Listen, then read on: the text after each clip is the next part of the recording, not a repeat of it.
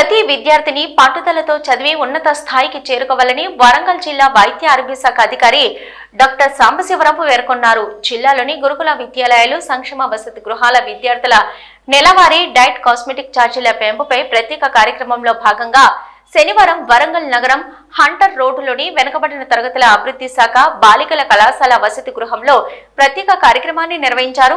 ఈ మేరకు వసతి గృహంలో నూతనంగా ఏర్పాటు చేసిన మెనూ ఛార్జీను ఆయన ప్రారంభించారు. అనంతరం మాట్లాడుతూ ప్రభుత్వం కల్పిస్తున్న సదుపాయాలు, ఏర్పాట్లపై విద్యార్థులకు, వారి తల్లిదండ్రులకు అవగాహన కల్పించారు.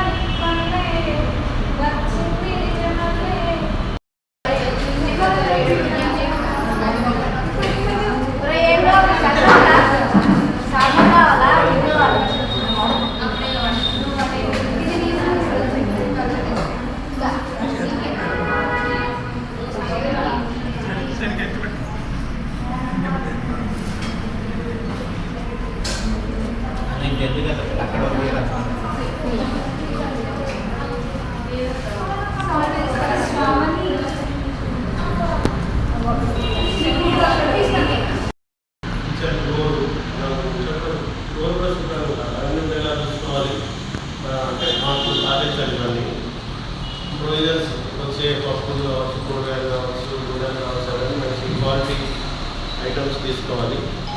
అవన్నీ కూడా చెక్ చేసుకోవాలి ఎప్పటికప్పుడు. ఆ డైనింగ్ ఏరియా మీరు ఎక్కడైతే కూర్చొని తింటారో ఆ ఏరియా కూడా శుభ్రంగా ఉండేలా చూసే బాధ్యత మాది.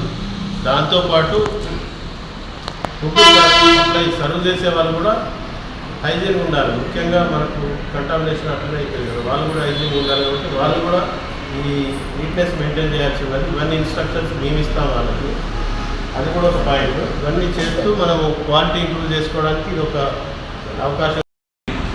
ఇప్పుడు వస్తుంది జేఈ, ఇంకా ఇంకోటి కాలాజారాలు అంటే అది ఇప్పుడు వస్తుంది. సో ఈ రకంగా 6-7 రకాల జబ్బులు అనేటివి పెట్టారు. 330 రూపాయలు. అదే 8th క్లాస్ నుంచి 10th క్లాస్ వరకు ఉన్న పిల్లలకి 1100 ఇచ్చేవారు. అది 1540 రూపాయలు అయింది. ఇంటర్ టు పీజీ మీరందరూ ఇంటర్ పెట్టా, డిగ్రీ కూడా ఉన్నారు.